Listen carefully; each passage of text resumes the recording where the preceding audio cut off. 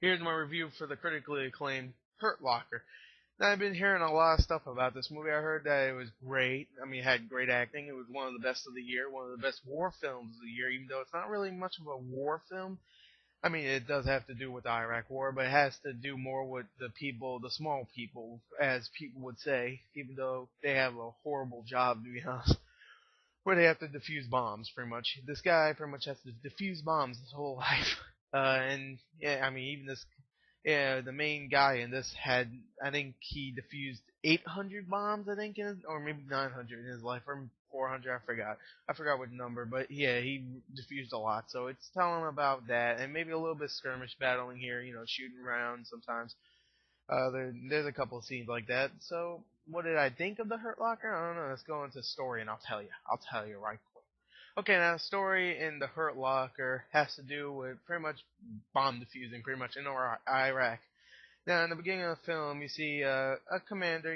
He's not really a commander. He's the main guy that defuses bombs. He's going to defuse a bomb, and he has two of his two soldiers behind him, protecting him just in case someone decides to like I don't know, run out there and go ah, la, la, la, la, boom, dead, or just blow up the bomb, with a whatever. So yeah, things are happening. He's like defusing bombs. He's like, yep, yep, all good. And he has like his big ass suit on, so he gets protected, even though from shrapnel, if shrapnel, just in case it blows up. Everything's going smoothly until they see a guy pretty much on a cell phone. Which, if you go on a cell phone, there's like a connection and stuff. I guess it screws up the bomb and it go off, and it goes off, kills the guy. And the guy's played by Guy Pearce, very small role by him. It's pretty much a cameo. You could kind of say he's in it for 5 minutes, and he dies. So guess what? New guy comes in, and he is Jeremy Renner. Now, Jeremy Renner is also a bomb diffuser, and he's probably one of the best ones out there because he diffused, like I said, about 800 bombs, and he never fucking blew himself up. And he keeps pieces of the bombs just to remind them. Some he can't because some of them he can't get pieces or something, or they blow up or something. He screws up, But he defused a lot, and he doesn't keep all of the parts obviously, because if he defused 800, the, that's a lot of goddamn pieces. Anyway, they keep. And definitely in war, you can't really keep that much stuff. You have like a little box you can keep your stuff. Anyway, yeah, he defused a lot, so he's pretty much kind of like an asshole in the beginning. He's just like, I'm gonna do whatever I want. I'm gonna here. I'm not gonna listen to orders. I'm not gonna do. I'll do whatever I want because whatever I want got me, pretty much. I mean, kept me alive because I follow my own orders. And he's kind of an asshole to his little gang of, soldiers that used to be the guy in the beginning, Guy Pearce's soldiers that, backed him up. Who one of them is played by Anthony Mackie, who you probably remember from Million Dollar Baby. He's the guy that picked on the retarded kid. Now, I don't think he was retarded, but it was Jay Baruchel's character, Morgan Freeman's little, friend. If you remember, he was the one that was like beating up on him. He also played Tupac in Notorious, the movie that came out earlier. Yeah, he played Tupac. So in this, he's great, and so is Jeremy Renner. But let me go into acting. I thought the story overall was good. That's pretty much what it is. Him defusing bombs, not listening to orders, and people die that you don't think will die, in horrible ways, to be honest. So yeah, let's go into acting. Like I said before, Jeremy Renner and Anthony Mackie do great in this.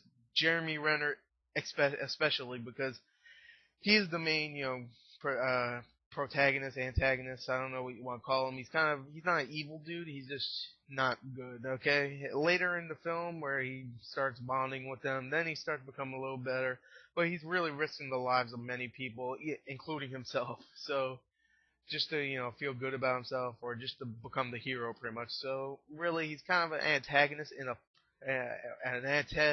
a protagonist in that sense of the whatever. I don't know what the hell I'm saying. So yeah, he does great though. I mean, you definitely feel for his character, even though he is a douchebag. Most of the time, you still feel for his character because I mean, he doesn't do much with his life. I mean, he has a kid and a wife, but you have the sense that he's just bored with that. That's why he's doing this. That's why he's been there for so long and he's still defusing bombs. I mean, he could have went home. I think in one part he said, "Yeah," but he stayed because he loves doing it, even though it risks his life. And I thought he did a great job. Definitely a nominee for best actor, I would say. Now Anthony Mackie, of course, does great. There's small parts from like some of my favorite actors, like Ralph Fiennes. He plays a contract. He plays a team leader, a contractor team leader. That's all his name is, and he's in it for about 3 minutes. He does okay. David Morse, you'll probably remember from Disturbia. He's the neighbor that you find out is a killer in that movie. Yeah, yeah, he's in it. He's very small role. I mean, I think you see him 2 minutes in this movie, but still pretty good. He also played George Washington in John Adams, the miniseries. That one I remember actually because I remember seeing I think one part of it, and I remember seeing him, and it was like, oh, that's David Morse. I just saw Disturbia like 5 hours ago after before I saw that. So yeah. Brian Garrity plays just in the other soldier that goes with Anthony Mackie. There's two soldiers that go with Jeremy Renner's character to defuse the bombs, and Brian Garrity is the second one. Even though there is other ones that go with him, those are the two main ones that go with him. Uh, Christian I can't say his name. Camargo, I guess, plays Colonel John Cambridge. I remember that one because he's not very big in the movie, but he's definitely pretty good. He's not in it a lot. I mean, he's kind of like in the background a lot. So yeah, no, he did pretty good too. Everybody did great actually. I really thought. So let me go on to pretty much overall because I have no other third category, and I'll tell you what I really thought about this. Okay, now I've been playing it pretty cool. I do have a couple problems with the Hurt Locker. First of all, I didn't like the ending all that great. Uh, Also, there was a lot of suspenseful moments, but there was also a couple that kind of bored me a little, just a little.